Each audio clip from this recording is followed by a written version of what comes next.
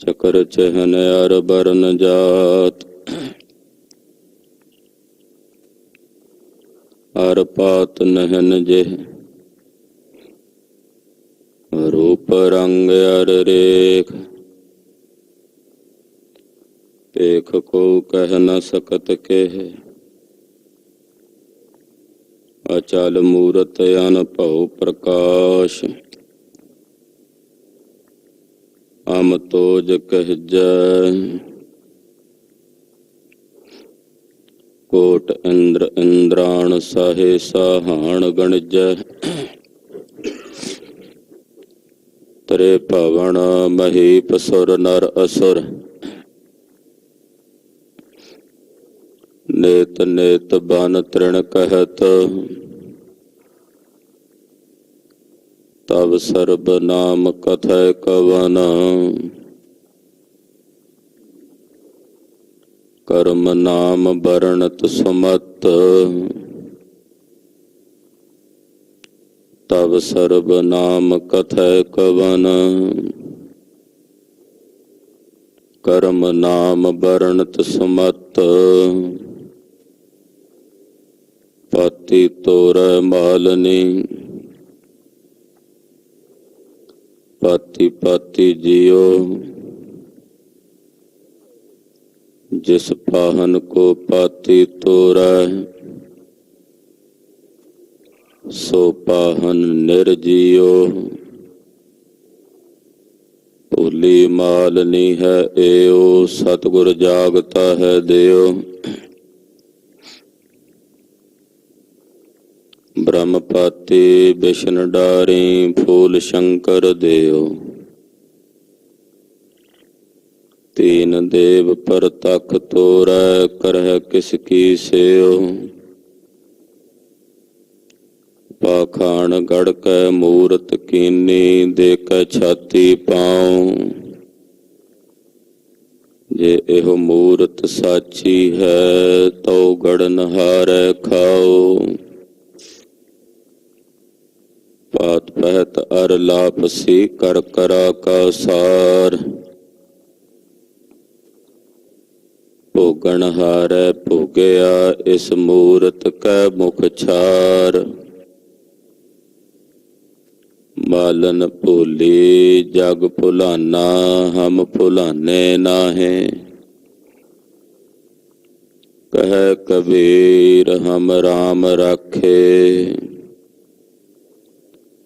किरपा कर हर राय, किरपा कर हर राय, हम अवगुण भरे एक गुण नाही, अमृत छाड़ बिख बिख खाई, माया मोह परम पै भूले, सुत दारा स्यों प्रीत, एक उत्तम पंथ सुन्यो गुर संगत, तेह मिलंत जम, एक अरदास पाठ कीरत की, गुर रामदास, सो कहो टल गुर सेविय, अहनस सहज,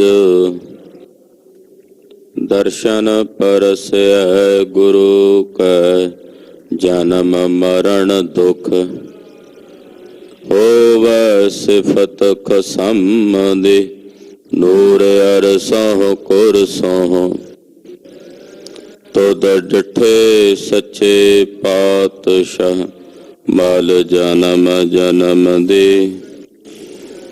सजन सच्चा पातशाह, सिर साहांदै, जिस पास बैठिया सोहिया, सबना दा भेसा हो। सतनाम श्री वाहिगुरु साहिब जी।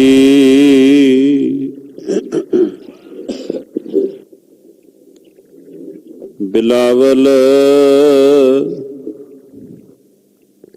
महला पहला।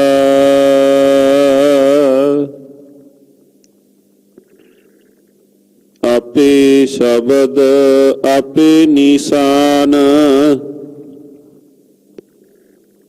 आपे सुरता आपे जान, आपे कर कर वेखै तान, तू दाता नाम परवान। आपे शब्द आपे निशान, आपे सुरता आपे जान, आपे कर कर वेखै तान, तू दाता नाम परवान। ऐसा नाम निरंजन दियो, हाँ जाचक तू अलख अपियो रहाओ। माया मोह धरकटी नार, भूंडी कामण कामण यार। राज रूप झूठा दिन चार, नाम मिला चानन अंधियार। चख छोड़ी सहसा नहीं कोई, बाप दिसै वे जात न होई। इके को नहीं पाओ कोई, करता करे करावा सोई। शब्द मुए मन मन ते मारिया, ठाक रहे मन सचै धारिया। अवर न सूझै गुर को वारिया, नानक नाम रते निस्तारिया। अवर न सूझै गुर को वारिया, नानक नाम रते निस्तारिया। वाहिगुरु जी का खालसा, वाहिगुरु जी की फतेह। परम सत्कार ते सन्मान योग गुरु सबरूप गुरु खालसा साध संगत जीओ। पतत पावन भगत वत्सल कृपा निधान अनाथनाथ जगत गुरु। हाजरा हजूर जहरा जहूर सर्व कला भरपूर सतगुरु श्री गुरु ग्रंथ साहिब जी महाराज जी दी पावन पवित्र हजूरी च अमृत वेले तो हाजरियां भर के जुड़ के सतगुरां दे अमृतमई धुर की बाणी दे शब्द कीर्तन आप जी ने सरवण कीते हैं। पातशाह ने अमृत वेले मेहरामत दे घर विच आके जो पावन पवित्र श्री मुखवाक दी दात सानू बख्शिश कीती है। आओ कुछ समय लई अपनियां सुरतियां बिरतियां सतगुरां दे शब्द नाल जोड़ के महाराज जी दे शब्द नू विचारीए। ये महावाक है क्योंकि ब्रह्म दा लखायक हन। ਜਿਹੜੇ ਵਾਕ ਇੱਕ ਅਖੰਡ ਬ੍ਰਹਮ ਦੇ ਲਖਾਇਕ ਹੋਣ ਉਹਨਾਂ ਨੂੰ ਮਹਾਵਾਕ ਕਹਿੰਦੇ ਹਨ। ਗੁਰੂ ਚਰਨਾਂ ਵਿੱਚ ਆਪਣੀ ਹਾਜ਼ਰੀ ਲਵਾਈਏ। ਸਮੂਹ ਮਾਈ ਭਾਈ ਆਪਣੀ ਰਸਨਾ ਨੂੰ ਪਵਿੱਤਰ ਕਰੋ। ਆਖੋ ਜੀ ਸਤਨਾਮ श्री वाहिगुरु साहिब जी। सतनाम श्री वाहिगुरु साहिब जी। ਬਿਲਾਵਲ ਮਹੱਲਾ ਪਹਿਲਾ। ਆਪੇ ਸ਼ਬਦ ਆਪੇ ਨਿਸ਼ਾਨ।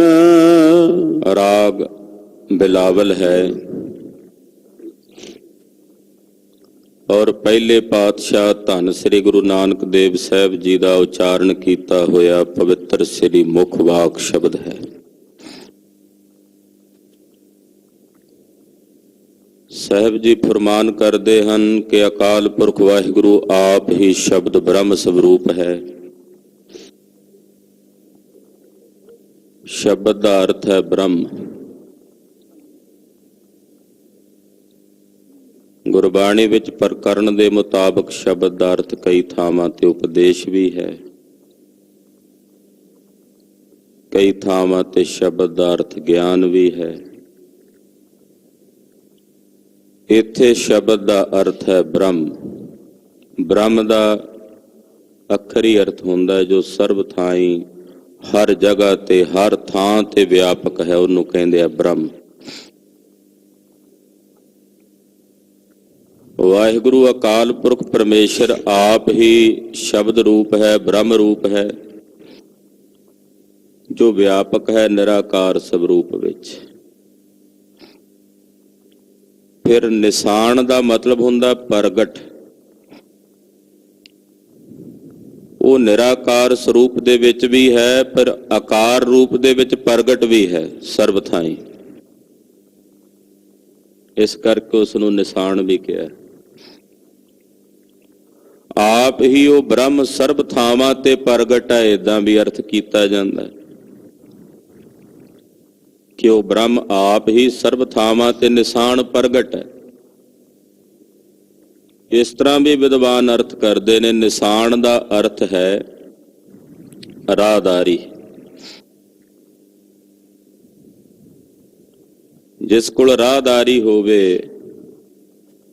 ਉਹ ਇੱਕ ਦੇਸ਼ ਤੋਂ ਦੂਜੇ ਦੇਸ਼ ਤੱਕ ਜਾ ਸਕਦਾ ਹੈ ਉਸ ਰਾਹਦਾਰੀ ਦੇ ਨਾਲ। ਨਿਸ਼ਾਨ ਦਾ ਮਤਲਬ ਹੈ ਰਾਹਦਾਰੀ। ਸ਼ਬਦ ਦਾ ਅਰਥ ਹੈ ਜਿਸ ਵਿੱਚ ਵਾਹਿਗੁਰੂ ਪਰਮੇਸ਼ਰ ਦੀ ਸਿਫਤ ਹੈ, ਅਕਾਲ ਪੁਰਖ ਦੀ ਸ਼ਲਾਘਾ ਹੈ, ਪਰਮੇਸ਼ਰ ਦੀਆਂ ਵਡਿਆਈਆਂ ਨੇ। ਤੇ ਜਿਨ੍ਹਾਂ ਵਿੱਚ ਵਾਹਿਗੁਰੂ ਪਰਮੇਸ਼ਰ ਦੀਆਂ ਵਡਿਆਈਆਂ ਨੇ, ਜਿਨ੍ਹਾਂ ਸ਼ਬਦਾਂ ਵਿੱਚ, ਉਹ ਸ਼ਬਦ ਆਪ ਅਕਾਲ ਪੁਰਖ ਪਰਮੇਸ਼ਰ ਹੀ ਹੈ। ਕਿਉਂਕਿ ਜਿੱਥੇ ਵਡਿਆਈ ਹੁੰਦੀ ਹੈ ਪਰਮੇਸ਼ਰ ਦੀ, ਪ੍ਰਮਾਤਮਾ ਉੱਥੇ ਹਾਜ਼ਰ ਹੁੰਦਾ। ਜਿੱਥੇ ਵਾਹਿਗੁਰੂ ਦੀਆਂ ਸਿਫਤਾਂ ਗਾਈਆਂ ਜਾਂਦੀਆਂ ਨੇ, ਵਾਹਿਗੁਰੂ ਉੱਥੇ ਹਾਜ਼ਰ ਹੈ। ਵਿੱਚ ਸੰਗਤ ਹਰ ਪ੍ਰਭ ਵਸੈ ਜੀਓ। ਸੰਗਤ ਵਿੱਚ ਕਿਉਂ ਵਸਦਾ ਪਰਮੇਸ਼ਰ? ਕਿਉਂਕਿ ਸੰਗਤ ਵਿੱਚ ਪਰਮੇਸ਼ਰ ਦੀ ਸਿਫਤ ਹੁੰਦੀ ਹੈ, ਅਕਾਲ ਪੁਰਖ ਦੀ ਵਡਿਆਈ ਹੁੰਦੀ ਹੈ। ਜਿੱਥੇ ਨਿਰੰਕਾਰ ਅਕਾਲ ਪੁਰਖ ਪਰਮੇਸ਼ਰ ਦੀ ਵਡਿਆਈ ਹੁੰਦੀ ਆ, ਉੱਥੇ ਪਰਮਾਤਮਾ ਹਾਜ਼ਰ ਹੈ। ਤੇ ਜਿਹੜੇ ਉਸ ਵਾਹਿਗੁਰੂ ਪਰਮੇਸ਼ਰ ਦੀਆਂ ਸਿਫਤਾਂ ਕਰਦੇ ਨੇ, ਉਹਨਾਂ ਨੂੰ ਰਾਹਦਾਰੀ ਮਿਲ ਜਾਂਦੀ ਹੈ, ਨਿਸ਼ਾਨ ਪ੍ਰਾਪਤ ਹੋ ਜਾਂਦਾ ਹੈ। ਉਹਨਾਂ ਨੂੰ ਅੱਗੇ ਕਿਤੇ ਪੁੱਛ ਗਿੱਛ ਨਹੀਂ ਹੁੰਦੀ, ਉਹਨਾਂ ਦਾ ਲੇਖਾ ਜੋਖਾ ਨਹੀਂ ਹੁੰਦਾ। ਜਿਨ੍ਹਾਂ ਕੋਲ ਸਤਿਗੁਰਾਂ ਦੇ ਸ਼ਬਦ ਦਾ ਨਿਸ਼ਾਨ ਹੈ, ਸਤਿਗੁਰਾਂ ਦੇ ਸ਼ਬਦ ਦੀ ਰਾਹਦਾਰੀ ਹੈ, ਉਹ ਲੇਖੇ ਜੋਖੇ ਤੋਂ ਰਹਿਤ ਹੋ ਜਾਂਦੇ ਨੇ। ਹਾਂਜੀ। ਆਪੇ ਸੁਰਤਾ ਆਪੇ ਜਾਨ। ਨਿਸ਼ਾਨ ਦਾ ਅਰਥ ਪ੍ਰਵਾਨਗੀ ਵੀ ਹੁੰਦਾ ਹੈ, ਨਿਸ਼ਾਨ ਦਾ ਅਰਥ ਸਟੈਂਪ ਵੀ ਹੁੰਦਾ ਹੈ, ਮੋਹਰ ਵੀ ਹੁੰਦਾ ਹੈ। ਜਿਨ੍ਹਾਂ ਤੇ ਸਤਿਗੁਰਾਂ ਦੇ ਸ਼ਬਦ ਦੀ ਪ੍ਰਵਾਨਗੀ ਦਾ ਲੇਖ ਪੈ ਗਿਆ, ਉਹਨਾਂ ਦਾ ਇਸ ਮਾਤ ਲੋਕ ਦੀ ਧਰਤੀ ਤੇ ਆਉਣਾ ਪ੍ਰਵਾਨ ਹੋ ਗਿਆ। ਫਿਰ ਹੇ ਵਾਹਿਗੁਰੂ ਜੀ, ਤੁਸੀਂ ਆਪ ਹੀ ਜਗਿਆਸੂ ਬਣ ਕੇ, ਸਰੋਤਾ ਬਣ ਕੇ ਆਪਣਾ ਉਪਦੇਸ਼ ਸੁਣਦੇ ਹੋ। ਆਪੇ ਸੁਰਤਾ। ਤੁਹਾਡੇ ਸਾਰਿਆਂ ਵਿੱਚ ਵਾਹਿਗੁਰੂ ਪਰਮੇਸ਼ਰ ਸਰੋਤਾ ਬਣ ਕੇ ਸੁਣ ਰਿਹਾ ਹੈ। ਇਹਨੂੰ ਕਹਿੰਦੇ ਹੈ ਆਪ ਪ੍ਰਬੁੱਧ ਚੇਤਨ ਹੋ ਕੇ ਸੁਣਦਾ ਹੈ ਤੇ ਫਿਰ ਪ੍ਰਬੁੱਧ ਚੇਤਨ ਹੋ ਕੇ ਉਪਦੇਸ਼ ਦਿੰਦਾ ਹੈ। ਪ੍ਰਬੁੱਧ ਚੇਤਨ ਸਵਰੂਪ ਦੇ ਵਿੱਚ ਉਪਦੇਸ਼ ਦੇਣ ਵਾਲਾ ਵੀ ਆਪ ਹੈ ਔਰ ਆਪ ਪ੍ਰਬੁੱਧ ਚੇਤਨ ਸਵਰੂਪ ਵਿੱਚ ਸੁਣਨੇ ਵਾਲਾ ਸਰੋਤਾ ਵੀ ਖੁਦ ਆਪ ਹੈ।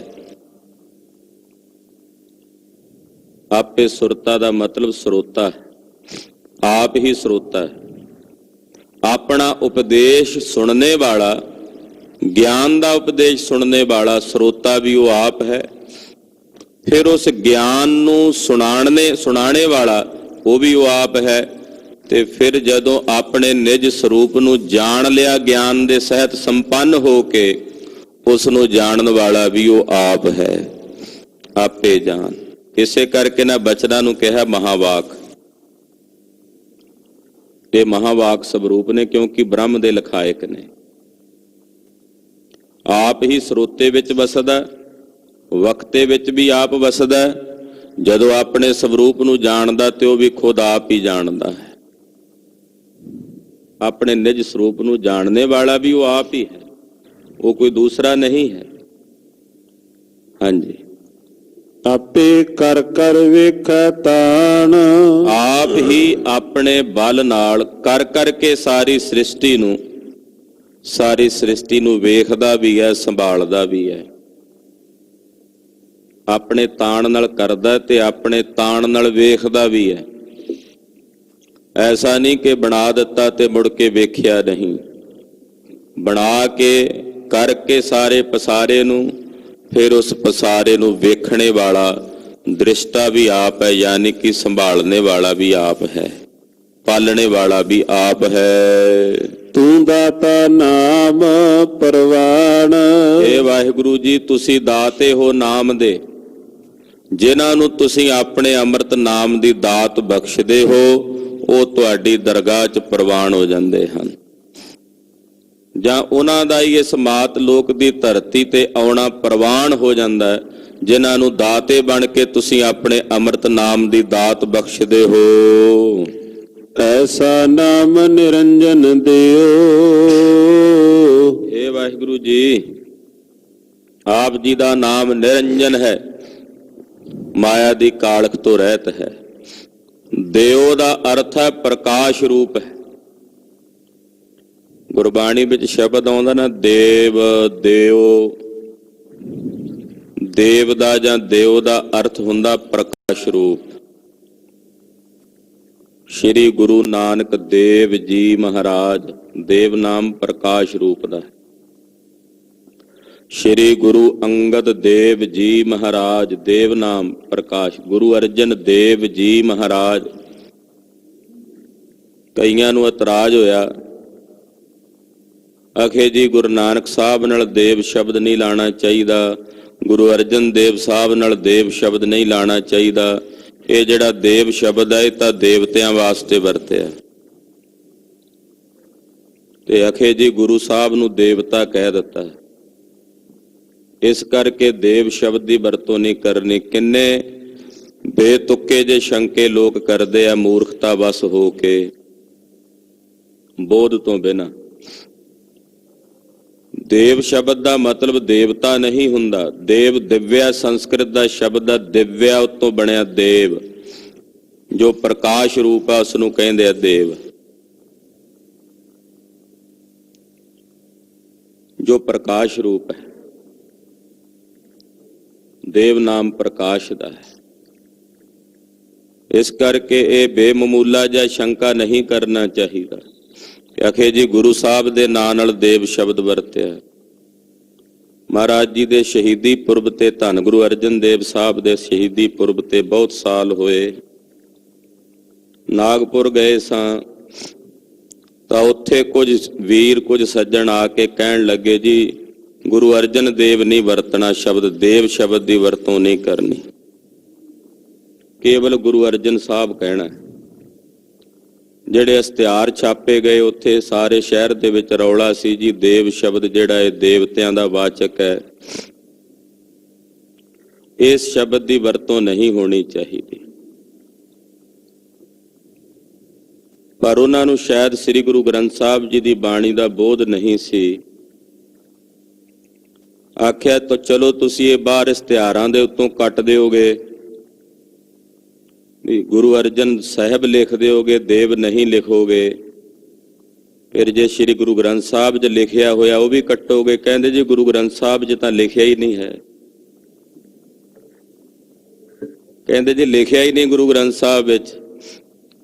ਮੈਂ ਕਿਹਾ ਰੋਜ਼ ਪੜ੍ਹਦੇ ਹੋ ਜਪਿਓ ਜਨ ਅਰਜਨ ਦੇਵ ਗੁਰੂ, ਫਿਰ ਸੰਕਟ ਜੋਨ ਗਰਭ ਨਾ ਆਇਓ। ਕਹਿੰਦੇ ਜੀ ਅੱਛਾ ਜੀ, ਇਦਾਂ ਦੇ ਤਾਂ ਸ਼ੰਕੇ ਕਰਨ ਵਾਲੇ ਹੁੰਦੇ ਆ। ਇਸ ਕਰਕੇ ਦੇਵ ਸ਼ਬਦ ਜਿਹੜਾ ਹੈ ਇਹ ਪ੍ਰਕਾਸ਼ ਦਾ ਵਾਚਕ ਹੈ। ਅਸੀਂ ਕਦੇ ਨਹੀਂ ਆਖਿਆ ਗੁਰੂ ਸਾਹਿਬ ਦਾ ਜਨਮ ਹੋਇਆ, ਇਹੀ ਕਹਿੰਦੇ ਆ ਨਾ ਪ੍ਰਕਾਸ਼ ਹੋਇਆ। ਇਸ ਕਰਕੇ ਦਿਓ ਸ਼ਬਦ ਜਿਹੜਾ ਇਹ ਪ੍ਰਕਾਸ਼ ਦਾ ਵਾਚਕ ਹੈ। ਵਾਹਿਗੁਰੂ ਪਰਮੇਸ਼ਰ ਦਾ ਨਾਮ ਜਿੱਥੇ ਮਾਇਆ ਦੀ ਕਾਲਖ ਤੋਂ ਰਹਿਤ ਹੈ, ਉੱਥੇ ਦਿਓ ਪ੍ਰਕਾਸ਼ ਰੂਪ ਹੈ। ਪ੍ਰਕਾਸ਼ ਦਾ ਮਤਲਬ ਆ ਨਹੀਂ ਹੈ ਜਿਵੇਂ ਸੂਰਜ ਦੀ ਰੋਸ਼ਨੀ ਹੁੰਦੀ ਹੈ ਇਦਾਂ ਦਾ ਪ੍ਰਕਾਸ਼ ਹੈ। ਵਾਹਿਗੁਰੂ ਪਰਮੇਸ਼ਰ ਦੇ ਨਾਮ ਦਾ ਜਿਹੜਾ ਪ੍ਰਕਾਸ਼ ਹੈ ਉਹ ਗਿਆਨ ਦਾ ਪ੍ਰਕਾਸ਼ ਹੈ। ਔਰ ਉਸ ਗਿਆਨ ਦੇ ਪ੍ਰਕਾਸ਼ ਦੁਆਰਾ ਹਿਰਦੇ 'ਚ ਜਿਹੜੀ ਅਵਿਦਿਆ ਹੈ, ਅਗਿਆਨਤਾ ਦਾ ਅੰਧਕਾਰ ਹਨੇਰਾ ਹੈ। ਹਨੇਰਾ ਕੀ ਹੈ? ਜਦੋਂ ਆਪਣੇ ਨਿਜ ਸਰੂਪ ਦਾ ਨਾ ਪਤਾ ਹੋਵੇ, ਮੈਂ ਨਹੀਂ ਜਾਣਦਾ ਮੈਂ ਕੀ ਹਾਂ, ਇਹ ਅਗਿਆਨ ਹੈ। ਇਸ ਦੀ ਨਿਰਵਿਰਤੀ ਕਰੇ ਉਸ ਨੂੰ ਕਹਿੰਦੇ ਆ ਗਿਆਨ। ਤੋ ਵਾਹਿਗੁਰੂ ਪਰਮੇਸ਼ਰ ਦਾ ਨਾਮ ਪ੍ਰਕਾਸ਼ ਰੂਪ ਹੈ। ਇਹ ਸਾਡੇ ਬਲਦੇ ਸੜਦੇ ਹਿਰਦਿਆਂ ਵਿੱਚ ਜਿੱਥੇ ਅਵਿਦਿਆ ਦਾ ਹਨੇਰਾ ਹੈ, ਉੱਥੇ ਗਿਆਨ ਦਾ ਚਾਨਣਾ ਕਰਨੇ ਵਾਲਾ। ਨਾਮ ਜਪਤ ਕੋਟ ਸੂਰ ਉਜਾਰਾ। ਵਾਹਿਗੁਰੂ ਪਰਮੇਸ਼ਰ ਦੇ ਨਾਮ ਦੇ ਜਾਪ ਦੁਆਰਾ ਹਿਰਦੇ 'ਚ ਕਰੋੜਾਂ ਸੂਰਜਾਂ ਦਾ ਪ੍ਰਕਾਸ਼ ਹੋ ਜਾਂਦਾ ਹੈ। ਕਰੋੜਾਂ ਸੂਰਜ ਚੜ ਪੈਂਦੇ ਆ ਹਿਰਦੇ 'ਚ। ਹਾਂਜੀ। ਹਉ ਜਾਚਕ ਤੂੰ ਅਲਖ ਅਪਿਓ। ਇਹ ਵਾਹਿਗੁਰੂ ਜੀ, ਅਸੀਂ ਤੁਹਾਡੇ ਦਰ ਦੇ ਜਾਚਕ ਮੰਗਤੇ ਹਾਂ। ਜਾਚਕ ਦਾ ਅਰਥ ਹੈ ਮੰਗਤਾ। ਮਹਾਰਾਜ ਤੁਹਾਡੇ ਦਰ ਦੇ ਮੰਗਤੇ ਹਾਂ ਸਤਿਗੁਰੂ।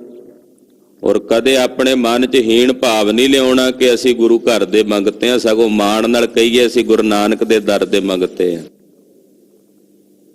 ਕਿਉਂਕਿ ਇੱਥੇ ਮੰਗਤਿਆਂ ਨੂੰ ਹੇਠ ਹੀ ਨਹੀਂ ਵਿਖਾਈ ਜਾਂਦੀ। ਇੱਥੇ ਜਿਹੜਾ ਮੰਗਤਾ ਬਣ ਕੇ ਆਉਂਦਾ, ਸਤਿਗੁਰੂ ਨੂੰ ਰਾਜੇ ਬਣਾ ਕੇ ਟੋਰਦੇ ਆ। ਮਹਾਰਾਜ ਅਸੀਂ ਤੁਹਾਡੇ ਦਰ ਦੇ ਜਾਚਕ ਹਾਂ, ਮੰਗਤੇ ਹਾਂ। ਹਮ ਭੀਖਕ ਭੇਖਾਰੀ ਤੇਰੇ, ਹਮ ਭੀਖਕ ਭੇਖਾਰੀ ਤੇਰੇ। ਹਮ ਭੀਖਕ ਭੇਖਾਰੀ ਤੇਰੇ, ਹਮ ਭੀਖਕ ਭੇਖਾਰੀ ਤੇਰੇ। ਹਮ ਭੀਖਕ ਭੇਖਾਰੀ ਤੇਰੇ, ਹਮ ਭੀਖਕ ਭੇਖਾਰੀ ਤੇਰੇ। ਹਮ ਭੀਖਕ ਭੇਖਾਰੀ ਤੇਰੇ, ਹਮ ਭੀਖਕ ਭੇਖਾਰੀ ਤੇਰੇ। ਤੂੰ ਨਿਜ ਪਤ ਹੈ ਦਾਤਾ, ਤੂੰ ਨਿਜ ਪਤ ਹੈ ਦਾਤਾ। ਤੂੰ ਨਿਜ ਪਤ ਹੈ ਦਾਤਾ, ਤੂੰ ਨਿਜ ਪਤ ਹੈ ਦਾਤਾ। ਮਹਾਰਾਜ ਅਸੀਂ ਤੁਹਾਡੇ ਦਰ ਦੇ ਮੰਗਤੇ ਹਾਂ, ਜਾਚਕ ਹਾਂ। ਤੁਸੀਂ ਅਲਖ ਮਨ ਕਰਕੇ, ਇੰਦਰੀਆਂ ਕਰਕੇ ਨਹੀਂ ਲਿਖੇ ਜਾਂਦੇ, ਇਸ ਕਰਕੇ ਉਹ ਅਲਖ। ਇੰਦਰੀਆਂ ਕਰਕੇ ਨਹੀਂ ਲਿਖੇ ਜਾਂਦੇ, ਮਨ ਕਰਕੇ ਵੀ ਨਹੀਂ ਲਿਖੇ ਜਾਂਦੇ। ਤੇ ਕਿਵੇਂ ਲਿਖੇ ਜਾਂਦੇ? ਆਤਮ ਵਿਸ਼ੈਣੀ ਬੁੱਧੀ ਦੇ ਕਰਕੇ ਲਿਖੇ ਜਾਂਦੇ ਨੇ। ਅਭਿਓ, ਅਭਿਓ ਦਾ ਮਤਲਬ ਹੁੰਦਾ ਜਿਸ ਦਾ ਕੋਈ ਭੇਦ ਨਹੀਂ ਪਾ ਸਕਦਾ, ਜਿਸ ਦੇ ਭੇਦ ਨੂੰ ਕੋਈ ਨਹੀਂ ਜਾਣ ਸਕਦਾ। ਐਸੇ ਹੋ ਮਹਾਰਾਜ ਜੀ ਤੁਸੀਂ। ਰਹਾਉ ਮਾਇਆ ਮੋਹ ਤਰਕਟੀ ਨਾਰ। ਆ ਜਿਹੜਾ ਮਾਇਆ ਦਾ ਮੋਹ ਹੈ, ਇਹ ਤਿਰਕਟੀ ਨਾਰ ਦੇ ਸਮਾਨ ਹੈ। ਜਿਹੜੀ ਮਾਇਆ ਜਿਹਦਾ ਅਸੀਂ ਮੋਹ ਰੱਖਦੇ ਹਾਂ ਹਿਰਦੇ 'ਚ, ਮਹਾਰਾਜ ਜੀ ਇਹਦਾ ਸਰੂਪ ਦੱਸਦੇ ਆ। ਕਹਿੰਦੇ ਜੀ ਜਿਵੇਂ ਕੋਈ ਵਿਭਚਾਰਣੀ ਇਸਤਰੀ ਹੁੰਦੀ ਨਾ, ਕਰੈਕਟਰ ਤੋਂ ਡਿੱਗੀ ਹੋਈ ਆਚਰਣ ਤੋਂ, ਉਹਦੇ ਸਮਾਨ ਹੈ ਇਹ ਮਾਇਆ। ਤਰਕਟੀ ਦਾ ਮਤਲਬ ਇਹੀ ਹੁੰਦਾ ਜਿਸ ਦਾ ਇੱਕ ਖਸਮ ਨਾ ਹੋਵੇ, ਨਖਸਮੀ ਹੋਵੇ। ਕਿਉਂਕਿ ਮਾਇਆ ਦਾ ਕੋਈ ਇੱਕ ਖਸਮ ਨਹੀਂ ਹੈ। ਇੱਕ ਖਸਮ ਜਿਹੜਾ ਸਾਰੀ ਜ਼ਿੰਦਗੀ ਕਹਿੰਦਾ ਇਹ ਮਾਇਆ ਮੇਰੀ ਆ, ਉਹ ਮਰਦਾ ਤੇ ਉਹਦੇ ਮਰਨ ਤੋਂ ਬਾਅਦ ਇਹਦਾ ਦੂਜਾ ਖਸਮ ਪੈਦਾ ਹੋ ਜਾਂਦਾ। ਇਸ ਕਰਕੇ ਤਰਕਟੀ ਹੈ। ਇਹ ਵਿਭਚਾਰਣੀ ਔਰਤ ਦੇ ਸਮਾਨ ਹੈ ਜਿਸ ਦੀ ਮਮਤਾ ਤੂੰ ਆਪਣੇ ਹਿਰਦੇ 'ਚ ਰੱਖ ਰਿਹਾ ਹੈ। ਭੂੰਡੀ ਕਾਮਣ ਕਾਮਣਿਆਰ।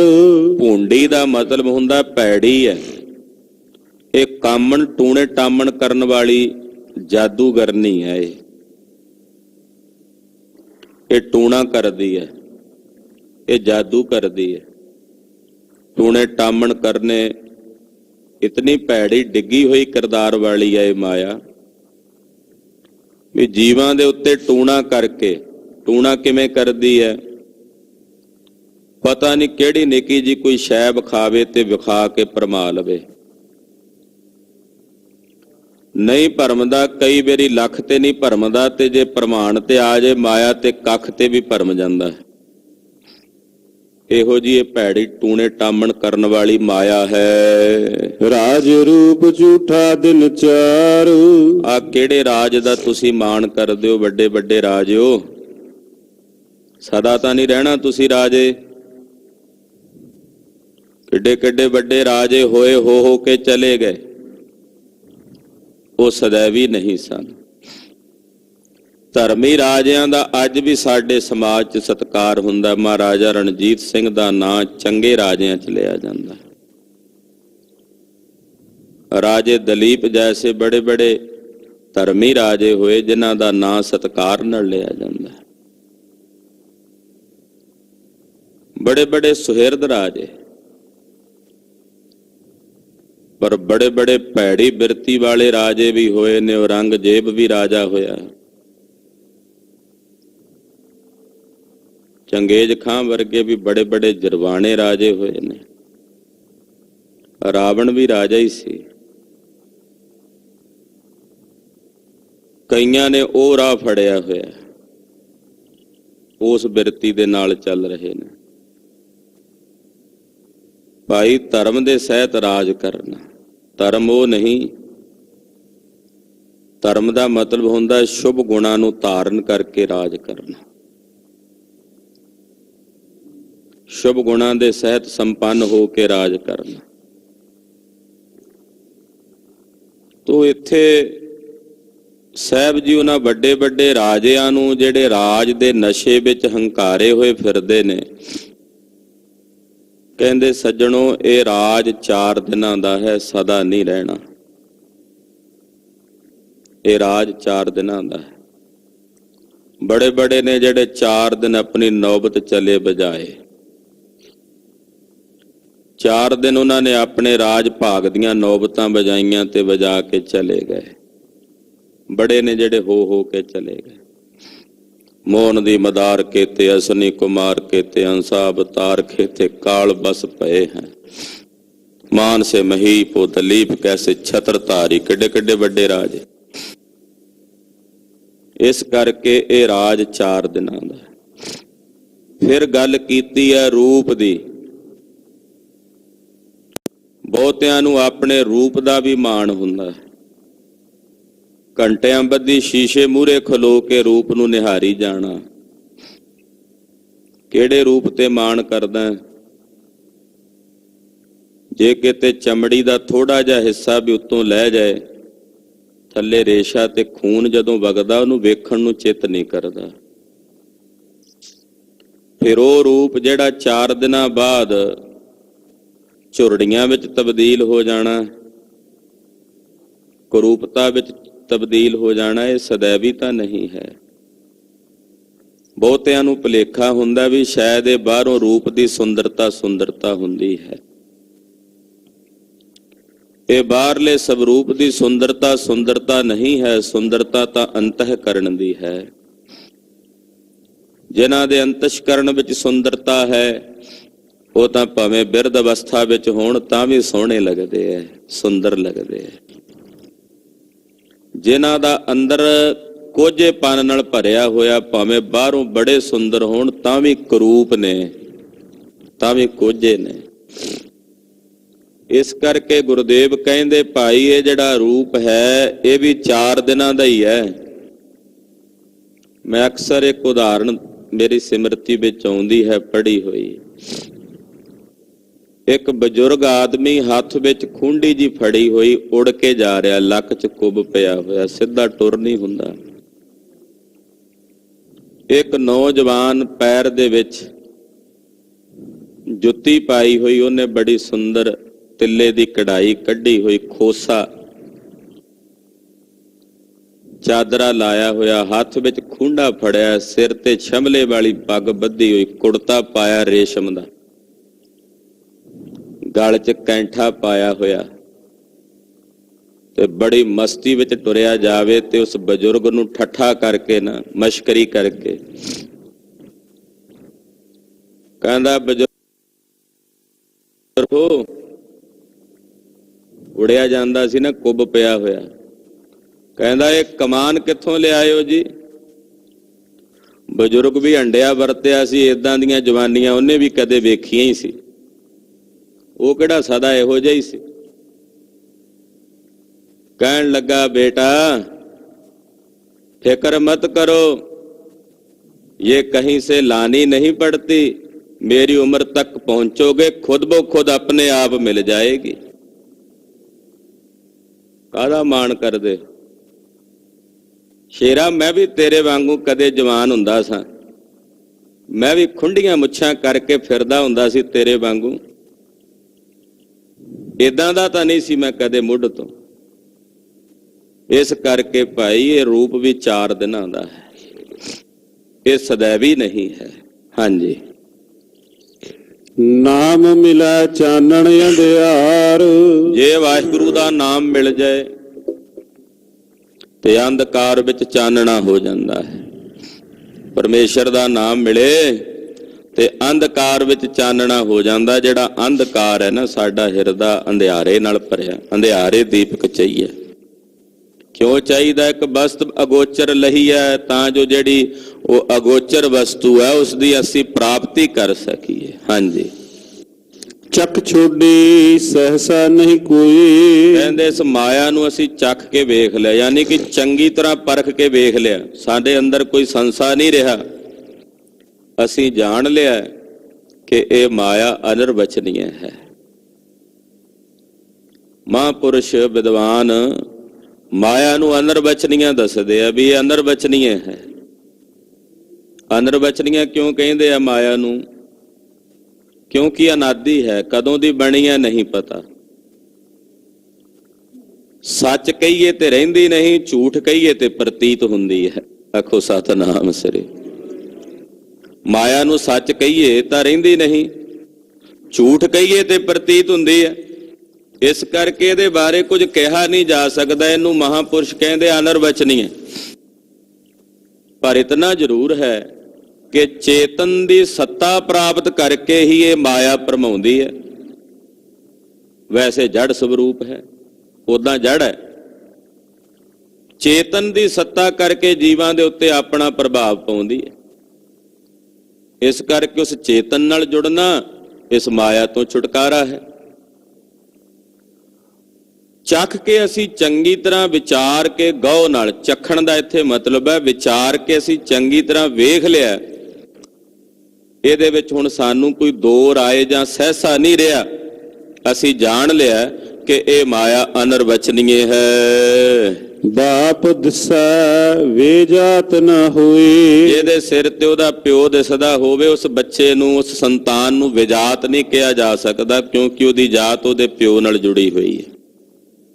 हे वाहिगुरु जी, जे तुसी मेरे सिर दे स्वामी हो, मेरे मालक हो, ते मैनू भी विजात नहीं कहा जाएगा, कहा जाएगा गुरु नानक दे घर दा गोला है, ये गुरु नानक साहब दे घर दा दास है। हाँ जी, एक को नहीं पौ कोई, जेड़ा एक नाल जुड़िया होया ओनू पौ नहीं है।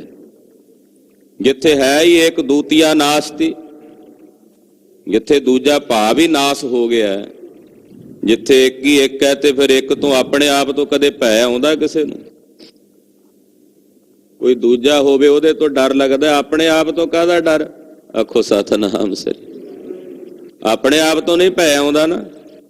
असी बैठे होइए अंधकार भवें हनेरे च, कते इकल्ले भी बैठे होइए, अपने आप तो नहीं डर लगदा, डर दूजे तो हुंदा, दूजे तो भै हुंदा। ते जदों इक्को ही है अकाल पुरख, दूजा है ही कोई नहीं, फिर भै काहदा? भै तां उदों हुंदा जदों एक तो बाद 2 3 4 असी होर मन्नी बैठे। ਜਦੋਂ ਹੈ ਹੀ ਇੱਕ, ਤੇ ਜਗਤ ਗੁਰੂ ਪਾਤਸ਼ਾਹ ਧੰਨ ਗੁਰੂ ਨਾਨਕ ਦੇਵ ਸਾਹਿਬ ਕਹਿੰਦੇ ਐ ਫਿਰ ਇੱਕ ਨੂੰ ਕਿਸੇ ਦੂਜੇ ਦਾ ਭਉ ਨਹੀਂ ਹੈ। ਕਰਤਾ ਕਰੇ ਕਰਾਵੈ ਸੋਏ। ਉਹ ਕਰਤਾ ਵੀ ਆਪ ਹੈ, ਕਰਨ ਵਾਲਾ ਵੀ ਆਪ ਹੈ, ਤੇ ਕਰਾਉਣ ਵਾਲਾ ਵੀ ਆਪ ਹੈ। ਕਰਤਾ ਵੀ ਆਪ ਹੈ, ਕਰਨੇ ਵਾਲਾ ਵੀ ਆਪ ਹੈ, ਇਸ ਕਰਕੇ ਕਰਾਉਣ ਵਾਲਾ ਵੀ ਉਹ ਆਪ ਹੀ ਆ, ਉਹਦੇ ਤੋਂ ਬਿਨਾਂ ਕੋਈ ਦੂਜਾ ਨਹੀਂ। ਸ਼ਬਦ ਮੂਏ ਮਨ ਮਨ ਤੇ ਮਾਰਿਆ। ਜਿਹੜੇ ਸਤਿਗੁਰਾਂ ਦੇ ਉਪਦੇਸ਼ ਦੁਆਰਾ ਆਪਣੇ ਅੰਦਰੋਂ ਜੀਵਤ ਭਾਵ ਮਾਰ ਲੈਂਦੇ ਹਨ। ਸ਼ਬਦ ਮੂਏ, ਸ਼ਬਦ ਦਾ ਇੱਥੇ ਅਰਥ ਹੈ ਗੁਰੂ ਸਾਹਿਬ ਦਾ ਉਪਦੇਸ਼।